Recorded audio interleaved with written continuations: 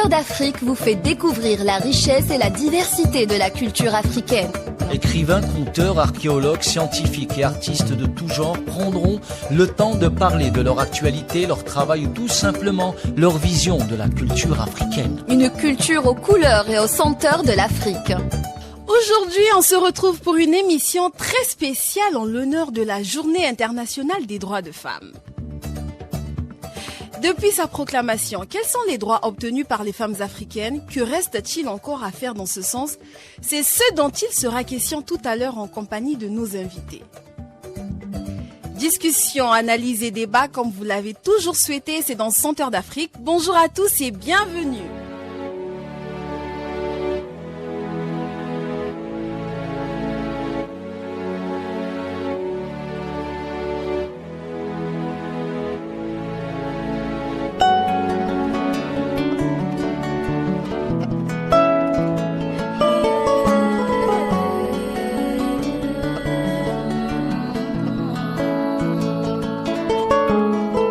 Il y a en toi cette magie qui enflamme des corps en y insufflant des âmes. En toi s'exclame, se déclame, le rythme sur lequel danse la vie, sur lequel chantent tes envies. Ces envies que tu ne dois plus taire, ces envies qui ne doivent plus être un mystère. En toi loge l'énergie créatrice, et par toi se proroge l'univers par ta sève procréatrice. Tu fais naître le monde, tu lui apprends que la terre est ronde, tu lui consacres chaque seconde et tu le sacres par l'amour dont ton cœur abonde. Alors, tu peux être bien plus qu'une femme, tu peux être bien plus qu'une madame. Déploie les mers de tes pouvoirs et engloutis ces voix qui t'empêchent de les voir. Deviens ce qu'on ne t'a pas appris à vouloir être. Ose révéler cette puissance qui fait trop peur peut-être. Ose être une Anne-Marie Ragé, une Marie Corée ou encore toutes ces autres femmes dont les pas ont fait trembler le pont de la victoire quelque part à Bassam.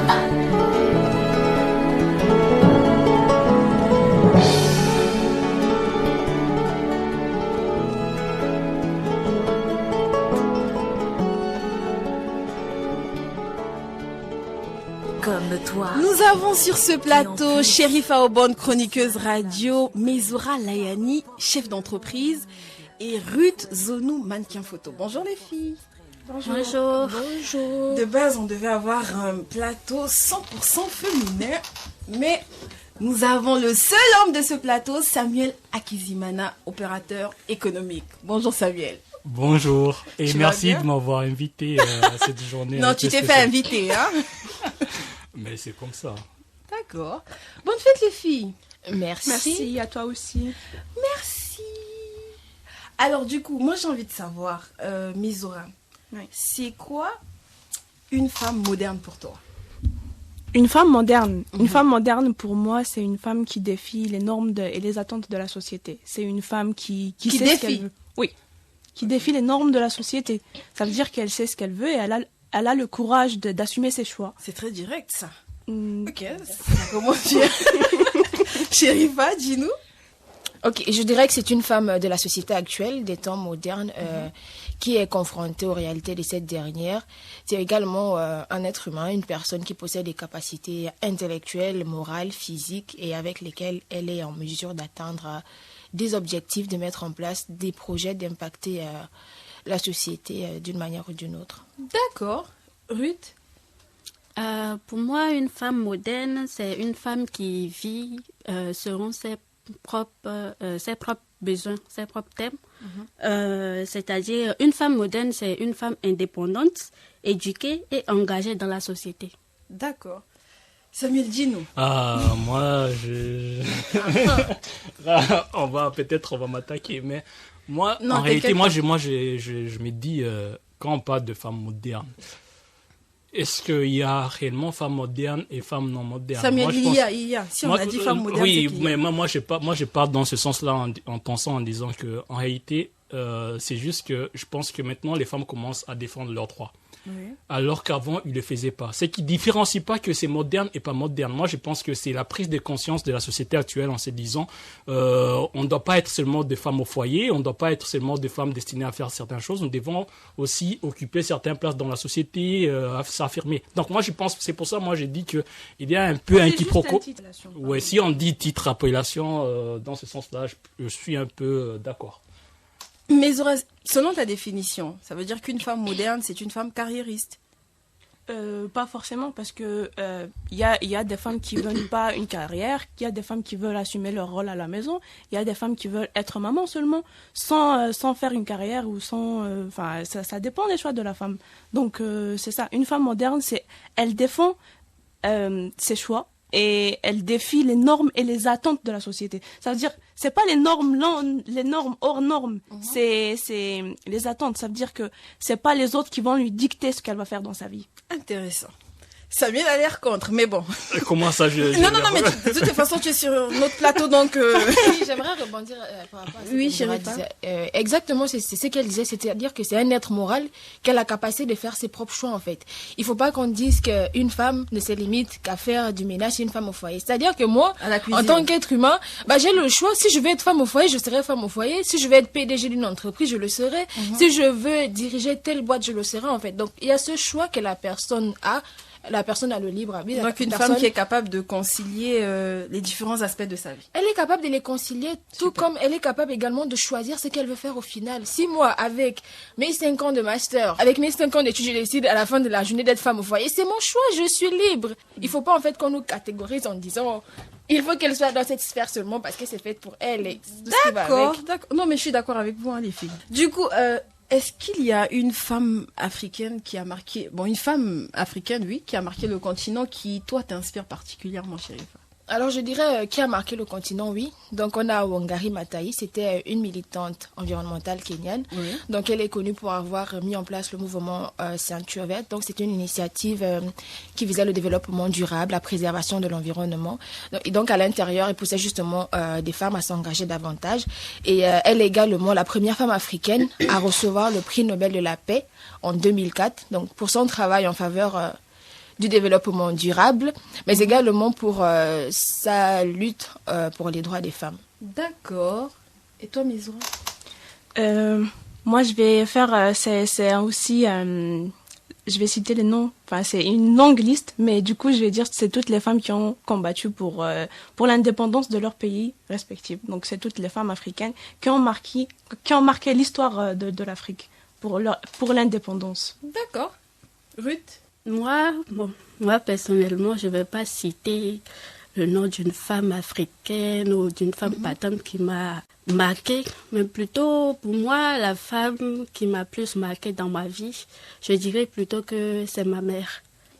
Ma mère, pourquoi? Parce que elle a toutes les qualités qu'une femme peut avoir, en fait. Pour moi, elle est une femme moderne. Elle est à la fois une femme moderne, une femme traditionnelle, une femme battante. Quand je la vois, je vois, en fait, tous les critères en elle, quoi. D'accord. Ok. Samuel, est-ce que toi, en tant qu'homme, il y a quand même une femme qui t'inspire? Moi, je vais rendre honneur à 2 femmes. Oui. Premièrement, je vais rendre honneur à ma mère parce que il faut pas rigoler, mais c'est vrai parce que à chaque apparemment, Mézouré et Chérif n'ont pas de maman. Laissez-moi d'abord finir. Oh non, vas-y. Non, vous inquiétez pas, les filles. Oui, vas-y. Pourquoi? Parce que avant que même j'ai une vision, elle avait une vision sur moi. Wow. En fait, c'est ça qui m'inspire le plus parce que je me rappelle, moi, je dirais toujours ça et j'ai rentré toujours témoignage en rapport avec ça. Moi, j'étais un enfant. Elle venait me réveiller pour aller à l'école. Tu n'aimais pas l'école? J'aimais pas l'école. Je vais pas les mentir, j'aimais pas l'école parce que pour moi, je dois dormir, etc. Mais à chaque fois, je me rappelle, 5 heures. À 5 heures, chaque jour, 5 heures, elle venait, elle toquait à ma chambre parce que j'ai fermé directement ma chambre, mais elle toquait. Ça, c'est le premier toc. Elle venait pour le deuxième toc et pour le troisième toc jusqu'à 5h30. Elle continuait, je me réveillais et j'allais dans la douche. Ça, je l'ai dit toujours. Dans la douche, je faisais encore pire. quand j'entrais dans la douche pour me laver, j'avais un grand essuie-main que je mettais par terre et je m'allongeais dessus, quoi, pour continuer à dormir. Mais elle venait encore à la douche, elle toquait encore. Samuel, il faut te laver pour aller à l'école. Et là, c'est là où je me lavais et je partais à l'école. Et elle a fait ça pendant, je sais pas combien d'années. Donc pour moi, c'est-à-dire qu'elle savait déjà ce que je pourrais atteindre dans le futur, alors que moi, je savais pas ça, c'est la première. Et la deuxième, j'aimerais rendre hommage à une femme, elle s'appelle Anne Mzoura. Parce que à travers elle, je peux dire que j'ai appris sur le côté vie active. Parce qu'avant, ma mère, vous savez, c'était un peu ma mère qui me boostait auparavant. Ouais. Mais arrivé en Algérie, j'ai appris à vivre autrement. Et une autre personne m'a appris à me booster, surtout à ne pas vivre dans les rêves, mais à vivre dans la pratique. C'est-à-dire que c'est une personne qui a su appuyer là où il faut appuyer pour que je sois ce que je sois aujourd'hui. C'est compris. On parle de la même Mzoura, là? Oui, c'est moi. Juste pour se rassurer. Ah, super, ça fait plaisir. Alors, dites-moi, comment est-ce que la culture peut-elle être un moyen de promouvoir les droits et la place de la femme dans la société africaine, Mzoura? La culture, on sait tous qu'elle joue un rôle très important dans la vie de chacun. Donc, si on célèbre tout ce que les femmes font côté culture, que ce soit dans l'art, que ce soit dans la musique ou dans la danse ou autre domaine, c'est avec ça qu'on va célébrer et promouvoir la femme. C'est en promouvant aussi ses réalisations à travers la culture. Ouais. D'accord, Chérifa. Pour la culture, je parlerai des valeurs, des mœurs qu'on dit avoir ou qu'on dit des valeurs et des mœurs prônées en fait par les différentes cultures, parce qu'on se réclame souvent une identité culturelle et par rapport à la culture, autant pour moi, il y a l'éducation, il y a des valeurs, il y a des mœurs. Donc je pense qu'elle peut participer activement dans les droits des femmes en instruisant les personnes sur ce qu'est la femme, ce qu'elle représente. Et je pense que le plus gros problème qu'on rencontre souvent aujourd'hui avec les droits des femmes, la marginalisation, excusez-moi, et souvent un manque d'instruction, un manque d'éducation, où les gens ne savent pas qu'est-ce qu'est une femme, ou bien ils ont complètement une image erronée. Un prototype. Exactement de ce qu'est la femme. Et souvent, ça commence dans le cercle familial, ça commence dans le cercle familial, dans les quartiers, tout ça. Donc, je pense qu'il faudrait retourner là-bas et instruire, éduquer les gens sur ce qu'est la femme, la valeur de la femme, ce qu'elle est capable d'apporter à la société. D'accord. Ruth, tu as quelque chose à ajouter par rapport à ce que Mzoura et Chérifa ont dit? Je peux dire qu'on peut promouvoir l'égalité des genres à travers la culture en organisant des forums, des festivals et des événements culturels qui mettent l'accent sur l'égalité des genres et fournissent une plateforme pour le débat, la discussion et l'échange d'idées sur des questions. D'accord. Ok, merci. Samuel, et toi? En parlant de la culture, en fait, moi, j'aimerais retourner en arrière parce que pour comprendre un peu l'importance, c'est qu'est l'importance de la femme dans la société. Moi, je vais revenir même avant. Vous savez, tout le monde connaît le jeu d'échecs. Moi, j'aimerais donner une représentative du jeu d'échecs. C'est là où les gens vont comprendre un peu pour voir l'importance de la femme plus dans la société. Le jeu d'échecs, c'est un jeu où on trouve les dames, les valets, la reine, le roi et tout ce qui est chevalier, etc. Mais vous savez, le pion, le plus important sur un jeu d'échecs, c'est la reine.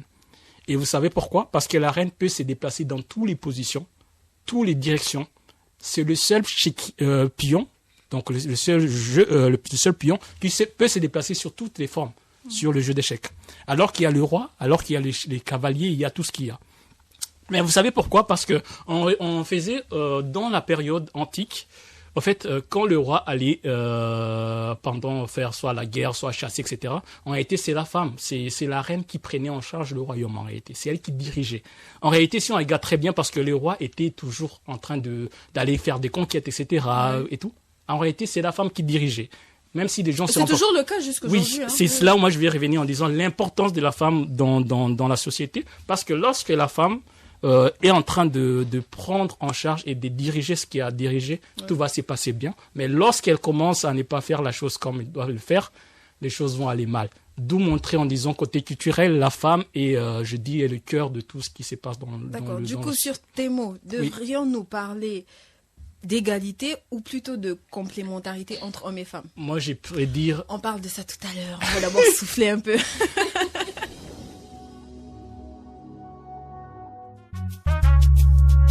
Monster Music.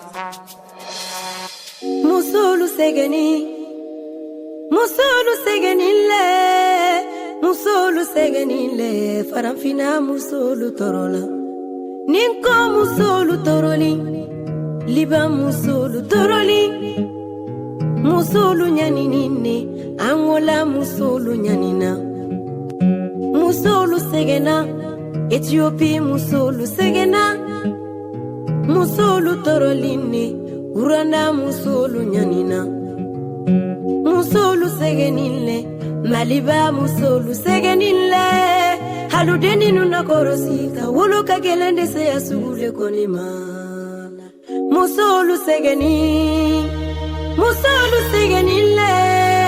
Musulu segenile Faramfina musulu torola Musumana konota Afonno bada minera Anyana mini bada minaline Musulu la farida fada minera Koni konodu sera kalorolo Asonkuna da minera Soro bada minaline Alukodin kusile boto Koni konodu sera kalosigino Sena fada minera Ada fada minaline Musulu la shinya nada minera Muso ya kumfeni Koni de wolo muso ya kumfena Muso ya kumfena Muso la sirito ya kumfen Adike kono le di molo Adike gina le di molo Adike foto le di molo Wamari masale kolona Mkono yendimina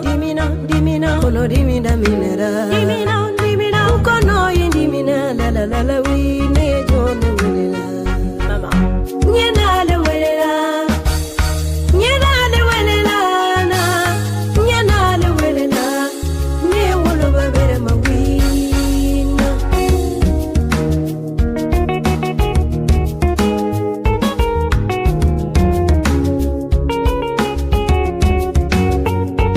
Kwani deni no sorola Hanyande neno madonna Fanyi deni no korosi musula kalu wolo denti jiko Ifudu cheda bairo Koni wolo deninta bairo Siginyo marubi jamfa Mo wolo deninti jamfa Parima chugubi konia Koni wolo deninti konia Aya denu korosi musula kalu wolo denti jiko Tunyale wolo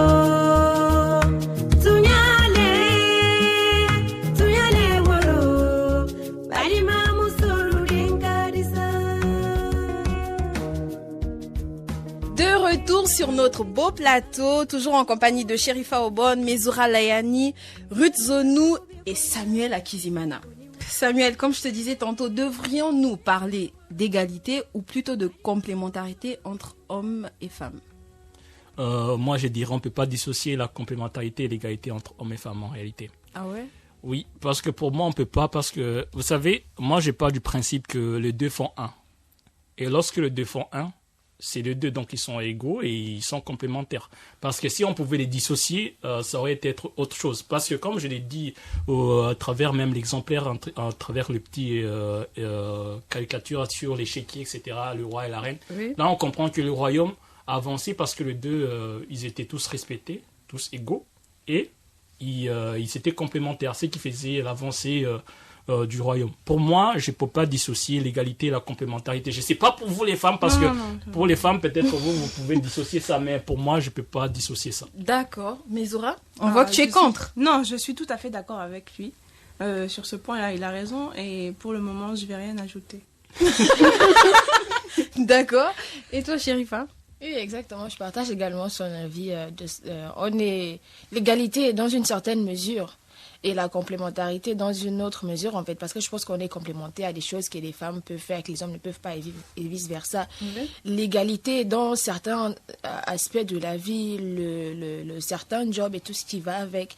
Donc, quand, par exemple, on fait le même travail, tu peux pas avoir un plus grand salaire que moi parce que tu es un homme. Exactement. On fait la même chose, frère. Enfin... ça commence à chauffer, hein, frère. En fait, moi, je pense même que la question qu'elle m'a posée, c'était une question piège parce qu'elle voulait qu'on puisse m'attaquer ici au plateau. Non, du tout. Non, c'est sans arrière-pensée. Parce que tu as entendu comment elle commence, frère. Parce que là, je me dis, on va me viser. Non, même pas. Ruth, tu as quelque chose à ajouter? À vrai dire, moi, j'ai pas grand-chose. Tu es d'accord avec Je suis d'accord avec Sherifa. Comme elle a dit frère, tu es d'accord avec frère. mais bon, moi, en fait, la partie de la fin où les hommes et les femmes doivent avoir le même salaire, là, je suis d'accord. Je suis d'accord parce que le regard de Chéri fait penser que j'allais dire que je suis contre. Mais par exemple, si tu es chef d'entreprise, juste un exemple, une petite parenthèse. Une femme qui est directrice de ressources humaines, par exemple. Oui. Les femmes, on tombe enceinte. Elle doit prendre un congé de maternité. Entre-temps, pendant ce temps, comment est-ce que tu fais fonctionner ton entreprise? Mais moi, je pense que même les hommes prennent les congés maternité. Et dans les sociétés, c'est comme ça, oui. Quand ta femme met au monde... En Afrique? Oui, on prend le congé maternité. Le problème, elle a dit en Afrique. Oui, même en Afrique, mais... Moi, j'ai jamais entendu parler. C'est pas toutes les sociétés qui mettent ça à la disposition des parents. Justement. Ouais, mais c'est là où on a dit que la société tend à changer parce que maintenant, il y a plus de compréhension sur les sujets. Parce qu'avant, c'est vrai, c'était un peu plus compliqué. Mais actuellement, les hommes prennent les congés maternité. Quand ta femme met au monde, tu prends congé maternité pour rester avec ta femme. Donc, tu m'informes, hein. Je n'ai jamais entendu parler. Parce que est-ce que les hommes n'occuperaient pas des postes un peu stratégiques par rapport aux femmes dans les sociétés? Ça serait pas mieux pour éviter justement qu'il y ait tout ça? Bon, c'est possible et on a toujours vu des cas comme ça où on privilégie les hommes parce que soi-disant il va pas faire d'enfants, il n'aura pas ses menstruations, il n'aura pas les règles douloureuses comme on appelle souvent. Oui. Il va pas te dire je viens pas au travail parce que le bas-ventre c'est fort. Mais je pense que tout est question quelque part de volonté. On est face à une réalité laquelle les femmes à un moment ou à un autre, elle aura le désir, si elle le souhaite, de faire des enfants, de fonder une famille et ça implique qu'il y aura une... Samuel, j'aimerais rebondir sur ça parce que c'est important. Parce que moi, je pense qu'on va un peu s'éloigner aussi du sujet parce que, en réalité, quand tu es chef d'entreprise, moi, je pense que tu te poses la question. Samuel, c'était juste une parenthèse. Non, oui, c'est une parenthèse, mais c'est intéressant. J'ai élargi ma parenthèse, là. Oui, non, c'est intéressant parce que moi, j'aimerais rebondir sur ce principe-là parce que il faut savoir, j'avais vu sur Instagram, c'est là où j'avais vu un petit reel où une personne était en train de dire en Afrique, c'est là où on dit quand une personne veut chercher du travail, on te pose la question qui t'a envoyé, etc. Moi, je pense que la nouvelle mentalité qu'on doit avoir, surtout en Afrique, parce qu'on parle généralement de l'Afrique, on doit savoir c'est les compétences de la personne, qu'est-ce qu'elle va t'apporter. En fait, il faut savoir que il faut pas regarder du fait qu'elle est... Je suis d'accord avec toi. Parce que si elle peut... pas de business. Si moi, la personne peut m'apporter 2 millions d'euros par mois, qu'elle soit homme et femme, moi, je m'en fous. Moi, c'est la rentabilité qui m'importe. D'accord. Comme tu es le seul homme aussi du plateau, dis-moi, comment est-ce que les hommes peuvent être des alliés dans la revendication des droits des femmes? Les alliés, moi je me dis, on a parlé parce que tout homme reconnaît que tu sais d'où tu viens, tu sais que ta mère t'a élevé, tu sais tout ce que... Donc, en fait, moi, j'ai dit, c'est naturel, c'est normal. En fait, il ne devait même pas avoir des questions sur ça. La question serait du genre, comment on peut concilier? Parce que aujourd'hui, même, on en a parlé. On en a parlé même avec mes oies aujourd'hui. On s'est dit, en fait, on a vu qu'en Afrique surtout, il y a une différence de complexe. C'est-à-dire que les hommes, ils ont un complexe de supériorité et les femmes ont un complexe d'infériorité. En fait, moi, je dirais, c'est ce combat-là qu'on doit se battre pour ça. Il faut que le complexe puisse sortir parce que pour bâtir, en réalité, il faut cette complémentarité entre les hommes et les femmes. Il n'y a pas de supérieur et d'inférieur. Sur les mots de Samuel, notre émission prend fin. Le temps passe vite par ici, hein. Donc, et voilà, nous sommes à la fin de notre émission. Merci Samuel, merci Ruth, merci Mezoura, merci Sherifa, merci à vous aussi, nos chers auditeurs. On se retrouve la semaine prochaine pour un nouveau numéro et peut-être, qui sait, pour la suite de ce numéro parce qu'on n'a même pas fini.